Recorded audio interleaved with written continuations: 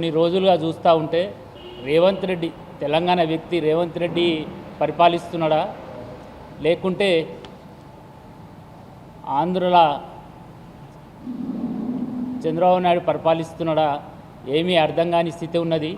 SIT వాళ్ళు విచారణ రమ్మని నోటీస్ ఇచ్చిర్రో మొన్న నిన్న వెళ్ళి అక్కడ చూస్తే 7 గంటలు విచారణ చేసిర్రు. ఏం విచారణ చేసిర్రు? ఏమన్నంటే బట్టగాల్చి మీదేసుడు తప్ప అందులో ఏం లేదు.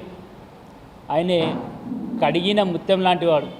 మీరు ఎన్నిసార్లు బురదజల్లుండి ఎన్నిసార్లు బురదజల్లినా కొద్ది ఇంకా అది షేన్ అవుతుంది తప్ప దానికి ఇంత మెరిపే వస్తుంది తప్ప దానిలో అపకీర్తి అనేదే రాదు. నువ్వు 420 హామీలు ఇచ్చినావు, 6 గ్యారెంటీలు అన్నావు.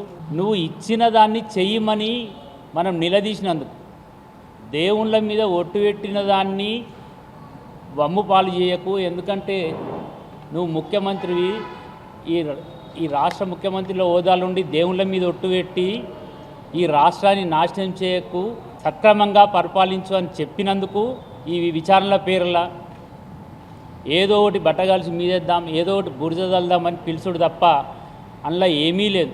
అప్పుడు కాళేశ్వరం పేరు మీద ఓ బురద చల్లే ప్రయత్నం చేస్తే మీరేసిన కమిటీ వాళ్ళు ఏం చెప్పిర్రు? ఇలా ఏమీ లేదు, ఈ అయిన దాన్ని ఎవరైతే కాంట్రాక్టర్ ఉన్నారో ఎల్ఎన్టీ వాళ్ళతోని మరమ్మతులు చేయించమని చెప్పారు. అప్పుడే మీకు బుద్ధి రావాల్సింది. మొన్నటికి మొన్న సుప్రీంకోర్టులో చెప్పారు. ఏం చెప్పారు? ఈ ఫోన్ ట్యాపింగ్ కేసు అనేది వట్టిది, మా విలువైన సమయాన్ని వృధా చేయకండి అని సుప్రీంకోర్టులో తీసేసారు. నీ మంత్రులు కొట్టుకుంటుర్రు, నీ పాలన గాడి తప్పింది, నీకు సపోర్ట్ చేసే మీడియా కొట్టుకుంటుర్రు. ఆ మీడియా వల్ల కొట్టుకున్నందుకు ఈ మంత్రులు కొట్టుకున్నందుకు ప్రజలకు ఇచ్చే మిమ్మల్ని అడుగుదామనుకున్న హామీలు కూడా తప్పుదో పట్టనీక ఇది ఏందని వాళ్ళు క్వశ్చన్ వేసినందుకు సిట్ పేరు మీద నోటీస్ పంపారు. దానికి ఏమన్నా తలా తోక ఉన్నదా? ఆ క్వశ్చన్స్ ఏమన్నా ఉన్నాయా? నిన్న 7 గంటలు విచారణ చేసిరు వాళ్ళు. 7 గంటల విచారణలో వాళ్ళు అడిగే క్వశ్చన్స్ ఏం లేవు. మాకున్న సమాచారం ప్రకారం హరీశన్నే వాళ్ళకి క్వశ్చన్ వేసిండు. అసలు ఎందుకు పిలవాల్సి వచ్చింది, దానికి కారణాలు ఏమున్నాయి, మీరు నన్ను పిలిచే దానికి నేను దేనికి మంత్రిని 10 ఏళ్ళ గవర్నమెంట్లో నన్ను ఎందుకు పిలవాల్సి వచ్చిందని చెప్పి ఇదంతా మీకు తెలియదా? మీకు తెలిసి కూడా మనం పిలిచిన నేను క్వశ్చన్ వేసారు. ఇక్కడనేమో పోలీసు వాళ్ళతోని పాపం చిన్న ఆఫీసర్లతోని ఇట్లా పిలిపించుకుంటూ సిట్టు అని అదని ఇదని ఎంక్వైరీ అని ఒకటి ఏదో టైంపాస్గా గడపబడుతుంది. బస్ ఛార్జీలు తెలుసుకునే పోతే సీజనల్ ఛార్జెస్ అని పెంచారు సంక్రాంతి అయిపోయాక.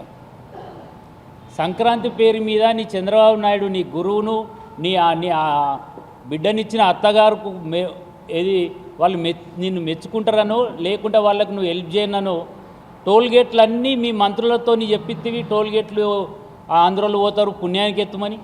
ఇక్కడ తెలంగాణ ప్రజలకు ఆ బర్త్డేనంతా తెలంగాణ ప్రజల గురించి సీజనల్ టికెట్ల పేరు మీద సంక్రాంతి పేరు మీద రేట్లు పెంచుతుంది. మేడారం జాతర, సమ్మక్క సారక్క జాతర అతి పురాతనమైన జాతర.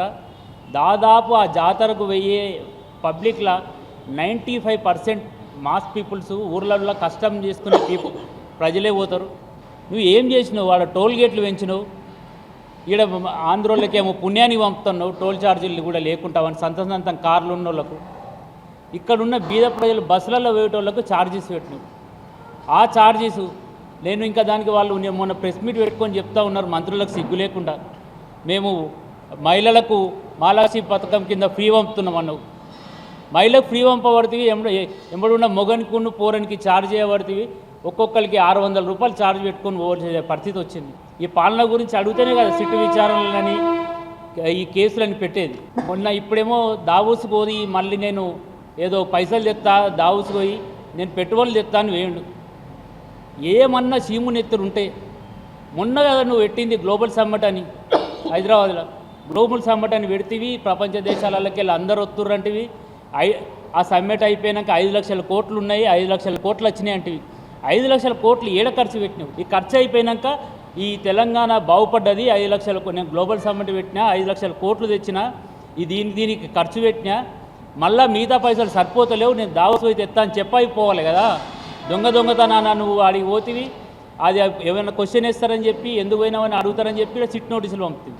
ఆడికి వెళ్ళి మళ్ళీ ఏం చేయాలి, అమెరికాకు పోతుంది. మొన్ననే ఆ మధ్య ప్రెస్ వాళ్ళ ముంగట అందరి ముంగట అనగా అమెరికా పోతుంది. నాకు అర్థమే కాదు ఇంగ్లీష్ మాట్లాడలే. బార్లో పనిచేసేటోడు, హోటల్లో పనిచేసేటోడు ఇంగ్లీష్ మాట్లాడతాడు, మనం బతకనీకి ఇంగ్లీషే రావన్నా అంటివి. ఆడికి పోయి వాడు నీకు తెలుగులో చెప్తాడా? అమెరికాడు హార్వర్డ్ యూనివర్సిటీ వాడు తెలుగులో మాట్లాడతాడా? రేవంత్ రెడ్డి వచ్చిండు తెలంగాణ సీఎం. ఇది కొట్లాడి సాధించుకున్న తెలంగాణలో బీఆర్ఎస్ కార్యకర్తలు చురుకుగా ఉన్నాం.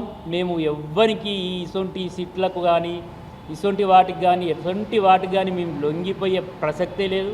ఆల్రెడీ మేము తెలంగాణ గవర్నమెంట్ చంద్రశేఖరరావు గారు ఇచ్చిన హామీలు, ఆయన ఇచ్చిన గ్యారంటీలు, ఆయన ఇచ్చిన పథకాలు ఎగబెడుతున్నావు. దాన్ని ఎట్టి పరిస్థితుల్లో నీ ముక్కు పిండి వసూలు చేసేదాకా మేము కొట్లాడుతూనే ఉంటాం. ఇంకా కూడా ఇప్పుడు కూడా మేము మా బీఆర్ఎస్ పార్టీ పక్షాన, మా సిద్దిపేట బీఆర్ఎస్ పార్టీ పక్షాన చెప్తా ఉన్నాం. నీ దగ్గర చలనం ఇంకా కూడా రాకుంటే, నీకు ఇంకా బుద్ధి జ్ఞానం అనేది రాకుంటే ఖచ్చితంగా ఇప్పుడు ఈ మున్సిపాలిటీ ఎలక్షన్లు మా టౌన్లో వస్తూ ఉన్నాయి. మేము నీకు బుద్ధి చెప్పుడు ఖాయం. అలాగే నీ మంత్రులు ఇష్టం ఉన్నట్టు మాట్లాడుతూ ఉన్నారు, వాళ్ళ నాలుకలు కోసుడు ఖాయం.